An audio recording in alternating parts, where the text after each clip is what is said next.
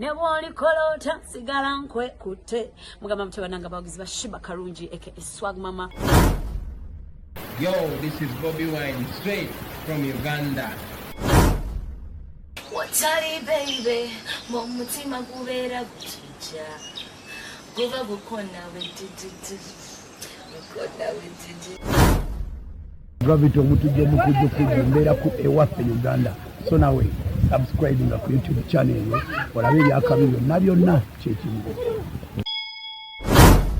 Ene waffe tulunda tuvuba tuli matuba za twane katuko za ene waffe Uganda muganda ngebe tuba tukikuba I don't know oli waffe Uganda waffe Uganda mu Uganda tuba kuba Uganda blessings I don't know follow like ene waffe Uganda ramba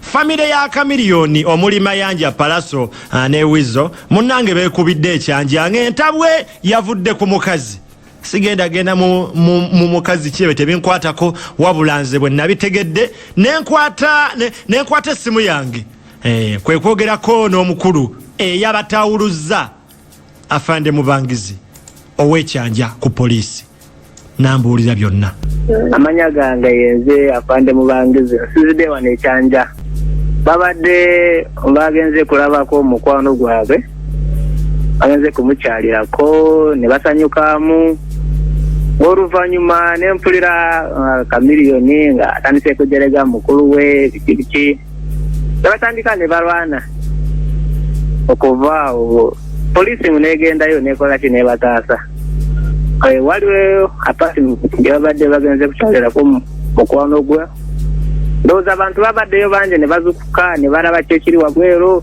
abantu ne bagamba nayo no babali actinga bwati mu kintu kye kigenda kubaawo afande kakati ekiro ekyo obudde bwabazibiddeko okubanga byabaddewo kiro ate nga tumanyi nti teri muntu akkirizibwa kutambula kiro tugambe nti bo baserebu mubawayo kalawensi ne batambula ekiro ne bagenda ne bakyalira ku mikwano gyabwe akalawensi tekabaawo tewali omuntu wabaka kalawensi kona kozi tewali muntu ali waggulu w'amateeka naye nga bw'omanyi simanyi nange tatuuka okitya kulaba nga esaawa ezo zabatanga nga bakyalidde mukwano gwabwe naye ndowooza maybe abakulu bayinza kuba bali mu kukikolako afande era naye kirala mu mbeera eno pulezidenti w'eggwanga atukubiriza obutakyalakyala abayimbi bano bo tugambe nti bo amateeka tegabakwatako kubanga batugamba tusigale ewaka kiki ekiba kikujja ewuwa togenda okyalire mukwano gwo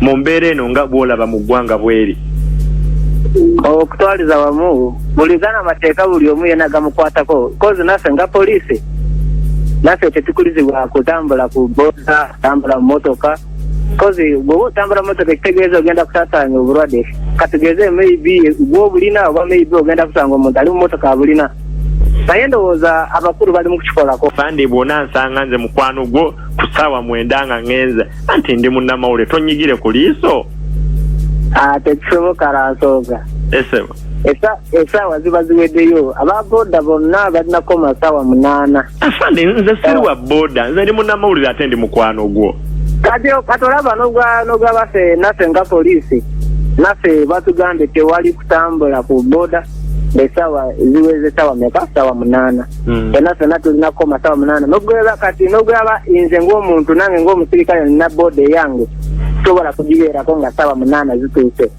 nogweba motoka bwe ziwera saawa emu ng'eri yange ng'omuntu sobola nange kugibeeramu so kati ndowoozaawo oba olina badelegates abaliyo bayinza kufuna amawulire ago ne bakukubira ne bagakuwa naye kisoboka afande nalabyeko ku bapoliisi naye nga si eyo gy'otwala naye nga poliisi eri ku Gayaza Road mu mambuka awo kumpi awo ne Kaleerwe naye bapiseeko ng'abasirikale bali ku piki infact ng'omusirikale omu aweesa abaala 2 ne ŋŋamba maawe nange oba nzireyo nsome busirikale nange banzikirize okutikka ku booda kati oyo ojati yafuujasi maybe yawonye buwonyi because olaba bali mu kubakwata nobwabeera nze ng'olina motoka yo ng'ongamba apande jangu tambuleko wamu sisobola kukkiriza kozi nange mba ndi mu kumenya amateeka bwe banansangamu bajja kunsiba so buli omu ali wansi w'amateeka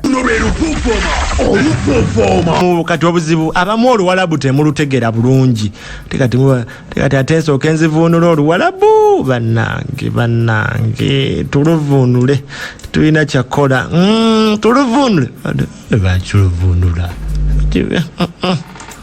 tengo 45, no me quito edad ni como la flor ni nada, tengo 45. Yes, nasoma ebyamawulire nenga nasooka funa degree mu economics kati ndi munnamawulire nga ngasakira Uganda nenga nsakira omukutu oguli mu Buwalabu. Y muy bien reservado. ¿Me podrías decir, por favor, cuántos días ha trabajado? Era story eyo yonna nabadde gigobedde kuva ku ntandikwa paka we yakomye. Las lóminas las quemé.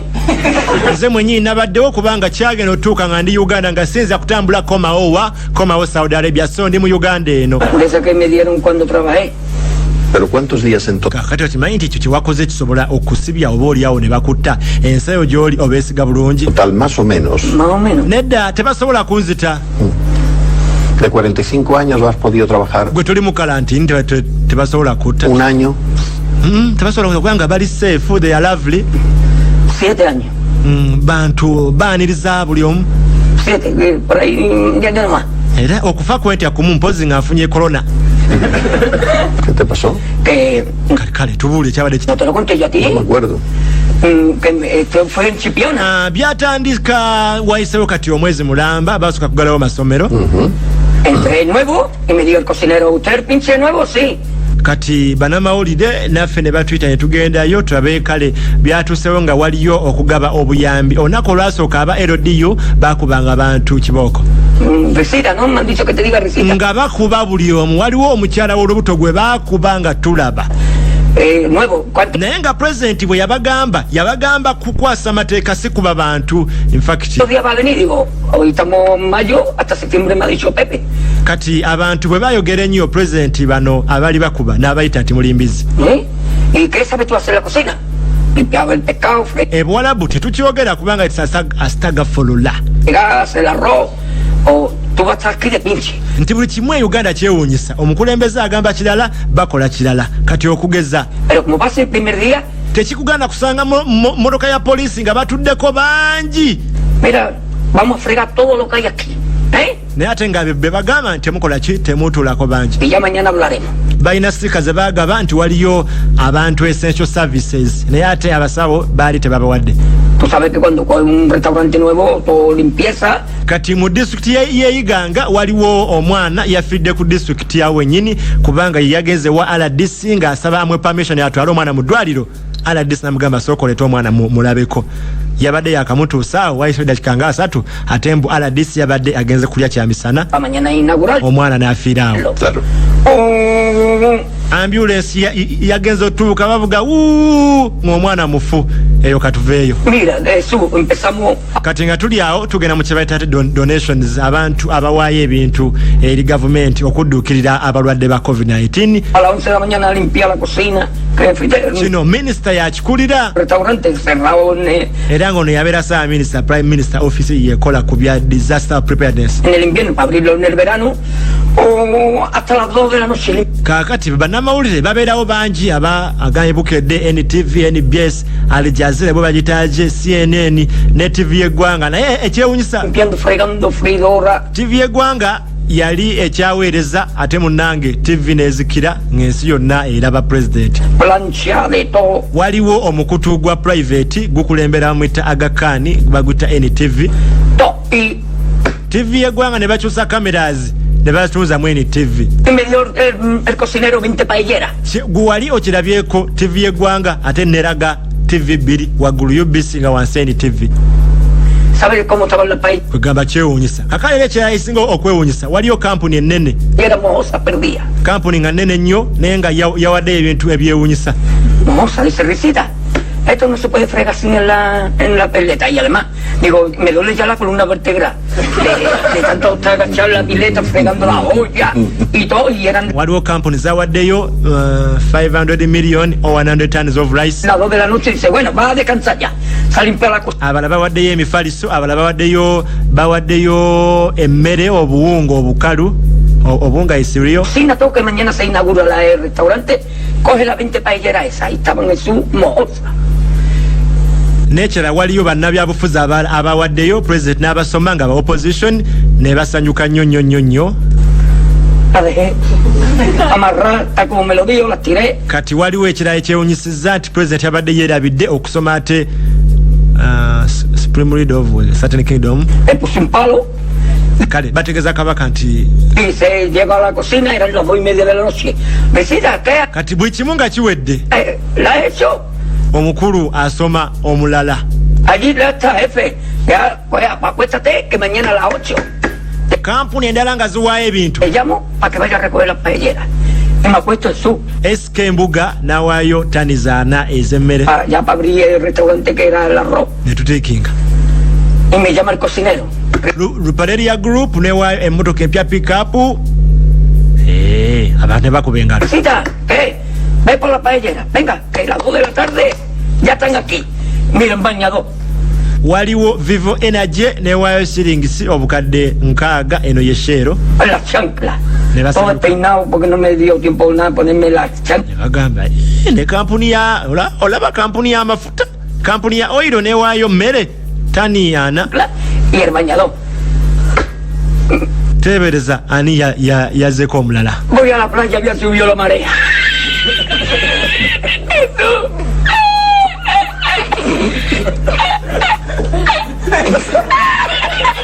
Tuba tukyali awo n'omulala najja.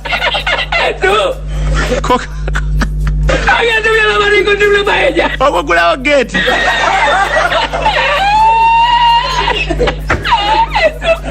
Nga bidomola. La encontré porque te estaba. Ekyewunyisa ebidomola. Estaba la paellera agarrada entremetida entre las piedras. Nga bikalu temuli kantu. Mutwale tumanyi soda tugenda kunywako abalwadde. De chipiona, de faro. Omanyi baba basawo batugamba nti bwa mulwadde nywa nnyo. Y cuando entré en el restaurante me naye ebidomola. El cocinero con una paellera y adentro la vende para. Byabadde bikalu. Ate president n'abisoma. Emirundi egisomamu ebiri.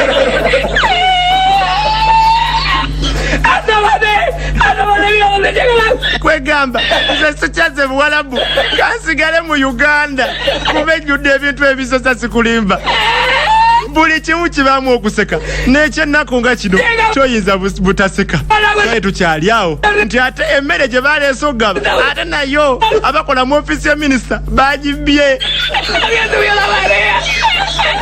eyo ye Uganda yensonga lwaki abantu abali mu Uganda tebakaddiwa babeera mu ssanyu yensonga lwaki n'omukulembeze anyumirwa nnyo okulembera Uganda kubeesesa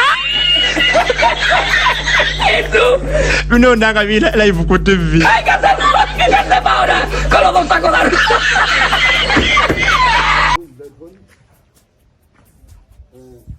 Hello. Yes. Yes, hello. How are you? I'm fine. You are from where? Mbate ntelifanye nkabidomola ebya Coca-Cola byatwati. Oh, the Coca-Cola. My friends from Coca-Cola. Coca-Cola. Bagambye bino bya state. Coca-Cola.